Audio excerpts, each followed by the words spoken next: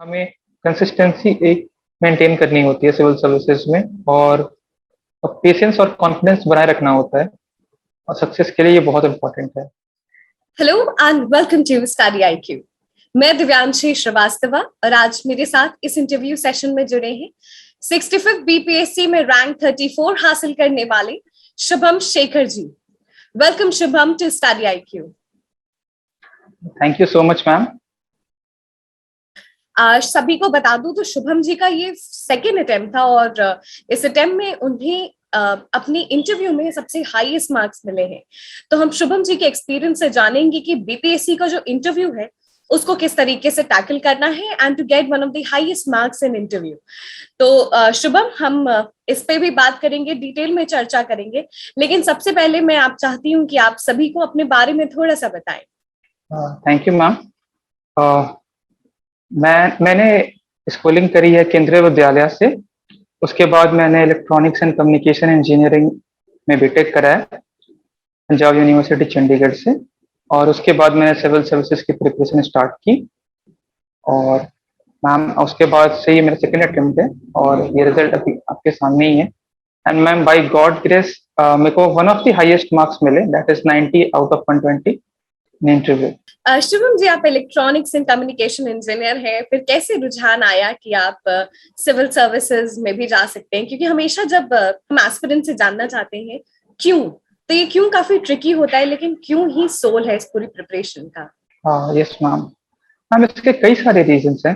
First, जब मैं college time पे था तो मेरी इंक्लिनेशन सिविल सर्विसेज के टुवर्ड्स शुरू हुई, और क्योंकि मैं न्यूज़पेपर वगैरह भी काफ़ी पढ़ता था तो मैं सोशल इश्यूज से काफ़ी रिलेट करता था, और मैं सोचता था कि कुछ कंट्रीब्यूट मैं करूं, ताकि जिस भी लेवल पे मैं कर सकूं उस लेवल पे मैं कंट्रीब्यूट करूं। और इन चीज़ों के साथ मेरी इंटरेस्ट भी थी इन सब्जेक्ट्स में, तो ये सारी फैक्टर्स कंबाइंडली मेरे को मोटिवेट किया कि मैं सिविल सर्विसेज की एग्जामिनेशन परस्यू करूं। शुभम जी ने बताया कि काफी काफी अलग अलग डायमेंशंस थे जो उनको मोटिवेट कर रहे थे सिविल सर्विसेज में आने के लिए। शुभम जी, आपने एक मेंशन किया एक बात कि आप अखबार बहुत ही इनिशियल स्टेजेस से पढ़ते थे। ये हमेशा एस्पिरेंट्स में डिलेमा रहता है कि अखबार कौन से स्टेज से पढ़ना रहता है, तो आप क्या सजेस्ट करेंगे कि प्रिपरेशन से पहले जब आप बेसिक अपनी अंडरस्टैंडिंग ले रहे हैं सब्जेक्ट्स की, तभी से अखबार पढ़ना शुरू कर देना चाहिए? मैम मैं तो बचपन से पढ़ता हूँ। इनफैक्ट जब मैं 7 साल का था, so not because of preparation. End of course ma'am, अगर प्रिपरेशन की बात करूं तो जब किसी ने डिसाइड किया कि प्रिपरेशन करनी है सिविल सर्विसेज की, तो न्यूज़पेपर देन मस्ट हो जाती है फिर। बिल्कुल जैसे शुभम जी ने बताया, क्योंकि हमेशा एक डिलेमा रहता है कि शुरुआत से ही न्यूज़पेपर पढ़ना चाहिए कि बेसिक बुक्स कवर करके पढ़ना चाहिए। तो शुभम जी का ये इंटरेस्ट था और शायद यही इंटरेस्ट इनको सिविल सर्विस के प्रिपरेशन के लिए लेकर आया। अभी आगे बढ़ते और हम इंटरव्यू की बात करते हैं, क्योंकि शुभम जी ने secured one of the highest marks in interview. और इंटरव्यू की बात करें तो ये काफी एक ऐसा स्टेज है जो कोई प्रिडिक्ट नहीं कर सकता, लेकिन आप प्रिपेयर बहुत ही अच्छे से कर सकते हैं। शुरुआत में करूंगी डैफ से, जो डिटेल्ड एप्लीकेशन फॉर्म होता है जो आप भरते हैं, किस तरीके से भरना चाहिए? क्योंकि हम बात तो करते हैं कि डैफ बहुत अच्छे से भरो, बहुत अच्छे से भरो, लेकिन कैसे भरो, कितने विजिलेंसी से भरो, ये आप बताएं। मैम डैफ हमें बहुत अच्छे से फिल करना चाहिए, क्योंकि उससे रिलेटेड क्वेश्चंस होते हैं। बट मैम बीपीएससी में जो डैफ होती है वो इंटरव्यूअर के पास नहीं होती है। तो interview panel mostly international issues, national issues, regional issues और ऑप्शनल एंड ग्रेजुएशन की सब्जेक्ट से क्वेश्चंस करते हैं। किस तरीके से अपने आप की को तैयार करके जाना चाहिए इस एग्जामिनेशन में? आपने ब्रॉड एरियाज तो बता दिए, करेंट, नेशनल, इंटरनेशनल, आपकी ग्रेजुएशन, ऑप्शनल। अब किस तरीके से, क्योंकि काफी काफी मल्टी डायमेंशनल टॉपिक्स आपसे इंटरव्यू के दौरान पूछे जाते हैं। और जिसमें आप इंटरव्यू में मैम कुछ भी पूछा जा सकता है, in fact regarding hobbies, regarding regional issues, और खासकर जो जो करंट इश्यूज होती हैं और जो बर्निंग इश्यूज हैं नेशनल और इंटरनेशनल इम्पोर्टेंस की, वो बहुत ज़्यादा मायने रखती है, और उस पर एक व्यू पॉइंट होना चाहिए और उस पर डीप इन डेप्थ नॉलेज होनी चाहिए, सो दैट, क्योंकि काउंटर क्वेश्चंस बहुत ज़्यादा होती हैं। अगर हम बात करें इंटरव्यू में, तो कीवर्ड्स जो आप भी बोलते हैं उसको बहुत ही ध्यान से बोलना चाहिए, क्योंकि कई बार ऐसा होता है कि आप बोलना कुछ और चाहते हैं, शायद उस कीवर्ड से कुछ और इंटरप्रेट हो जाता है और उससे पूरा जो सिनारियो है वही चेंज हो जाता है। हाँ, ये ऑफ कोर्स मैम ऐसा होता है। इवन मैम कीवर्ड्स पे दोबारा काउंटर क्वेश्चंस बहुत ज्यादा होती हैं। जैसे कि मैम मैंने अगर जैसे मैंने टेक्निकल क्वेश्चंस के आंसर कर रहा था, तो मैं जो जिन पॉइंट्स को मैं मेंशन कर रहा था, सर उन पॉइंट से दोबारा क्वेश्चंस रेज कर रहे थे। और इस तरीके से मैम काफी ऑर्गेनिक इंटरव्यू था, और 6-8 क्वेश्चंस ऐसे ही काउंटर क्वेश्चंस होते चले गए। तो मैम ये डेफिनेटली मैटर करता है। अ, और अगर हम इंटरव्यू के ड्यूरेशन की बात करें, तो जो 20-25 मिनट का सबका अलग अलग टाइम रहता है, किस तरीके से आपके बिहेवियर को नोटिस करते हैं, क्योंकि आपको ये भी ध्यान देना है कि आप जो आंसर दे रहे हैं वो पहले से कहीं कॉन्ट्रोडिक्टरी ना हो, और साथ ही साथ आपको पूरे समय आपको नोटिस किया जा रहा है। Yes ma'am. मैम बहुत कॉन्शियस रहना होता है, एंड साथ ही साथ कूल एंड काम बने रहना होता है, क्योंकि कई बार प्रेशराइज भी करते हैं। जैसे मेरे को भी सर ने प्रेशराइज किया था 2-3 इंस्टेंस पे। तो वो चेक करते हैं कि प्रेशर में ये आंसर कर पाते हैं नहीं, या फिर मतलब कैसा बिहेव करता है, तो उस समय वो लोग नोटिस करते हैं। तो उस टाइम पे अच्छे से काम रह करके अगर आंसर किया, तो वो पॉजिटिव साइड में जाता है कैंडिडेट के। और अगर हम बात करें कि सिचुएशनल बिहेवियरल क्वेश्चंस के बारे में जो पूछते हैं, अगर आपका व्यू पर्सपेक्टिव अलग रहता है जो पैनल्स के तरफ से, तो फिर कैसे रिएक्ट करना है ऐसे सिचुएशन में? यस मैम, ऐसा होता है, मेरे साथ भी ऐसा हुआ था। तो जब मैंने आंसर किया तो सर ने कहा कि नहीं, ऐसा तो नहीं होता, this is not the case, reality is different from this. फिर मैंने पोलाइटली उनको आंसर किया कि sir reality might be different from this, but what I believe and what I will do is this. So इस तरीके से मैंने कहा। तो और मैंने ये भी उनको फिर परस्यू फिर करा आंसर। तो उसके बाद वो सेटिस्फाइड दिखे, और ही सेड कि हाँ ठीक है। अगर मैं आपसे जानना चाहूँ कि जो सिचुएशनल क्वेश्चन आपसे पूछा गया, आपने किस तरीके से उसको टैकल किया? मैम लाइक सर ने मेरे से पूछा था कि अभी कई सारे ऑफिसर्स हैं जो यंग ज्वाइन करते हैं, तो उसके बाद जो प्रीवियसली जो सीनियर ऑफिसर्स है उनके काम को डिसरिगार्ड कर देते हैं वो, और वो कहते हैं कि नहीं, ये अच्छा काम नहीं हो रहा, हमें हमें रिवोल्यूशन लाना है। तो ऐसा होता है, उन्होंने इंसिस्ट किया, और मैंने पोलाइटली कहा कि नहीं सर, ऐसा नहीं होता, जरूरी नहीं है कि ऐसा हर कोई करे। और मैंने कहा कि सर मुझे लगता है कि हमें आउटराइटली रिजेक्ट नहीं करना चाहिए अपने सीनियर्स के वर्क को, बल्कि उनके वर्क से पॉजिटिव चीजों को इनकलकेट करके हमें उसको और अच्छे से करना चाहिए, और उनसे जो गलतियां हुई हैं हम उससे सीख सकते हैं, और उसको और सुधार करके और अच्छे से काम को और आगे बढ़ा सकते हैं। सो उसके बाद भी उन्होंने फिर भी कहा कि पर ऐसा होता तो नहीं है इन रियलिटी। सो मैंने कहा कि सर ऐसा होता है कई कुछ केसेस में, कुछ केसेस में नहीं भी हो सकता, पर मैं ऐसा मानता हूँ और मैं ऐसा ही करूंगा। तो देन ही वाज से okay, he was satisfied by the answer. और अगर हम करंट अफेयर्स और इंटरनेशनल रिलेशंस, इन सारे टॉपिक्स की बात करें, तो हम हमेशा कहते हैं कि तैयारी है वो इंटीग्रेटेड रहनी चाहिए, चाहे वो प्रीलिम्स की हो, मेंस की हो, चाहे इंटरव्यू की हो। किस तरीके से हम इंटीग्रेटेड तैयारी तीनों की रखें, ताकि इंटरव्यू के लिए भी हमें अलग से मेहनत ना करनी पड़े, क्योंकि वो तैयारी जो है वो तो इंटीग्रेटेड रही है। यस मैम, एक्चुअली मैम जो सब्जेक्ट्स की नॉलेज है वो प्री और मेंस की, वो इंटरव्यू में काम आ जाती है। एंड मैम जो करंट इश्यूज हैं वो रिसेंट की पूछते हैं, तो वो हम इंटरव्यू के लिए स्पेसिफिकली प्रिपेयर करना होता है। एंड अपार्ट फ्रॉम दैट हम हॉबीज प्रिपेयर करनी होती हैं।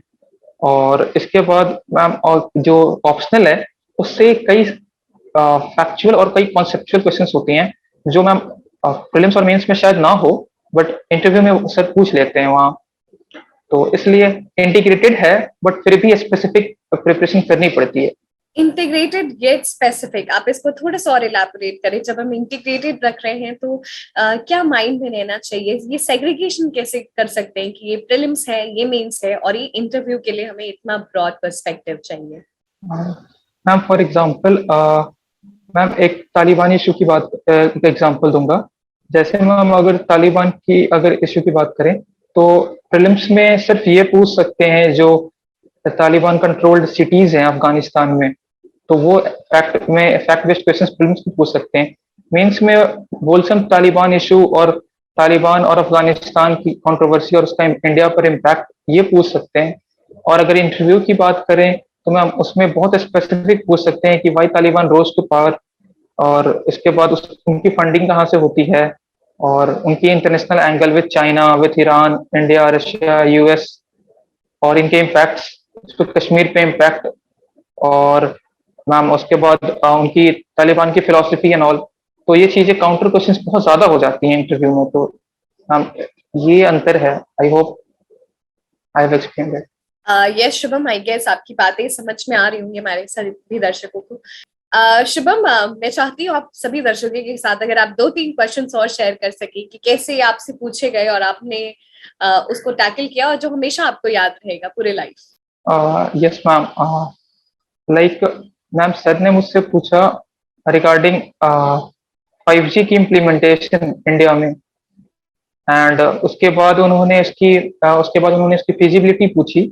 देन आई आंसर्ड, और उसके बाद उन्होंने इसे चाइना के साथ रिलेट करके सर ने पूछा। जैसे कि हुआई एक चाइनीज कंपनी है जो 5G में लीड करती है वर्ल्ड में, तो मैम उसकी वजह से जो इंटरनेशनल एंगल है उसमें, that is democratic 10, US led एक ऑर्गेनाइजेशन है जिसने चाइना की हुआई को काउंटर करने के लिए ये बनाया है यूएस ने। तो मैम इससे कई सारे क्वेश्चंस मुझसे पूछे गए, और सर मैं जितने आंसर कर रहा था सर मुझसे उतने ही ज्यादा पूछते जा रहे थे। जैसे मैंने अगर डेमोक्रेटिक 10 के बारे में कहा तो सर ने उससे पूछा, फिर चाइना और यूएस की राइवलरी और ट्रेड वॉर पे भी उन्होंने क्वेश्चंस पूछे। तो इस तरीके से लाइक मैम काफी एंड क्वेश्चंस पूछे गए मेरे से। शुभम जी, एक और हमेशा जैसे हमने इनिशियली भी बात की थी, ये करंट अफेयर्स हमेशा एक ट्रिकी पोर्शन रहता है। किस तरीके से आपने अपने करंट अफेयर्स को होलिस्टिकली प्रिपेयर किया था? Ma'am prelims point of view से मैंने current affairs fact based prepare किया था, and ma'am mains point of view से मैंने करंट अफेयर्स न्यूज़पेपर से द हिंदू से पढ़ता था, और उसके कभी शॉर्ट नोट्स वगैरह पे प्रिपेयर कर लेता था। एंड मैम इंटरव्यू पर्सपेक्टिव से मैंने 2-3 न्यूज़पेपर पढ़ा था, एक रीजनल, एक नेशनल, एंड मैम एक इंटरनेशनल इशू के लिए अलग से। रीजनल इश्यूज को कैसे कवर करना है न्यूज़पेपर का, कैसे how to segregate? Ma'am regional issues के लिए मैम इंटरव्यू में जरूरत होती है, और उसके लिए मैंने लास्ट 1 मंथ की न्यूज़पेपर रीजनल न्यूज़पेपर मैंने पढ़ लिया था, तो थैंकफुली सर ने 1-2 क्वेश्चंस पूछे भी थे। शुभम जी, नोट्स मेकिंग बहुत इंपॉर्टेंट हो जाती है इस एग्जामिनेशन में। कैसे आप अपने नोट्स बनाते थे? मैम मैं तो नोट्स कम ही बनाता था, मैं जनरली बुक में अंडरलाइन कर लिया करता हूँ। तो पर मैम जो टॉपिक्स बुक्स में नहीं होती हैं या फिर न्यूज़पेपर में होती हैं, तो मैं उनके शॉर्ट नोट्स प्रिपेयर कर लिया करता था, point wise specific. Shubham ji, जो टॉपिक्स बुक में नहीं रहते थे उनको आपने मेंशन किया कि आप शॉर्ट नोट्स बनाते थे। मैं जानना चाहती हूँ ये कि ये सभी एस्पिरेंट्स के साथ ये प्रॉब्लम रहती है कि सिलेबस में जो टॉपिक्स हैं शायद वो कभी कभी मेंशन नहीं रहते हैं, तो कैसे अपने जो कंटेंट है वो सबसे अलग और सबसे अच्छे से प्रिपेयर करने हैं उनके नोट्स? मैम उसके लिए मल्टीपल सोर्सेज हैं, लाइक करंट अफेयर्स की मैगजीन्स हैं, एंड इंटरनेट का भी यूज किया जा सकता है, और मैम मल्टीपल प्लेटफॉर्म से जो उस टॉपिक के स्पेसिफिक पॉइंट्स मिलते हैं regarding its advantage, its feasibility, pros cons, anything, तो मैम उसे एक पेज पर नोट डाउन करके एक होलिस्टिक नोट्स बनाया जा सकता है। ये आपका सेकेंड अटेम्प्ट था, तो पहले अटेम्प्ट से आपने क्या क्या गलतियों को सीखा जो सेकेंड अटेम्प्ट में रेक्टिफाई किया? मैम कॉलेज के बाद मैंने तुरंत अटेम्प्ट दिया था, 3-4 महीने के बाद ही एग्जाम हो गया था, and I was not very much serious about that attempt. So मैं मैम प्रीलिम्स सेल थ्रू नहीं कर पाया था, 1 मार्क्स से रह गया था प्रीलिम्स, बट उसके बाद मैंने सीरियसली अटेम्प्ट किया पेपर 2019 में, एंड मैम रिजल्ट सामने है। बिल्कुल, हमारे सामने रिजल्ट है और सीरियस अटेम्प्ट होना बहुत जरूरी है, जैसे शुभम जी ने बताया। So Shubham, how study IQ has been part of your preparation? Ma'am मैं शुभम शेखर, मैंने 65 बीपीएससी में 54 रैंक हासिल किया है, और मैंने स्टडी आईक्यू चैनल को करंट अफेयर के लिए पढ़ा है और मैंने वहाँ से करंट अफेयर्स के कई सारे इश्यूज वहाँ से मैंने पढ़े हैं और खासकर आदर्श गुप्ता सर, अंकित सर को मैं फॉलो करता हूँ। मैम स्टडी आईक्यू चैनल पे कई सारी वीडियोस हैं, खासकर करंट अफेयर्स की। वो प्रीलिम्स एंड मेंस में काफ़ी हेल्पफुल हैं, इवन इंटरव्यू के लिए भी हेल्पफुल हैं और कई सारे टीचर्स हैं जैसे Garg sir, Ankit sir and Adarsh Gupta sir. So उनकी वीडियोस काफ़ी हेल्पफुल रहती हैं एग्जामिनेशन में और एक होलिस्टिक अप्रोच को प्रोवाइड करती हैं ताकि मैम मल्टी डायमेंशनल अप्रोच मिल जाता है मैम वहाँ से। We are very glad Shubham ji कि हम आपकी सक्सेस का हिस्सा बन सके। Thank you so much for joining us in this interview session. कुछ फाइनल वर्ड्स, टिप्स, सजेशन आप सभी को देना चाहेंगे? Thank you ma'am. Yes ma'am, of course ma'am सबसे पहले ज़रूरी है कि हमें कंसिस्टेंसी एक मेंटेन करनी होती है सिविल सर्विसेज में और पेशेंस और कॉन्फिडेंस बनाए रखना होता है और सक्सेस के लिए ये बहुत इंपॉर्टेंट है। So thank you ma'am, thank you for having me on this platform.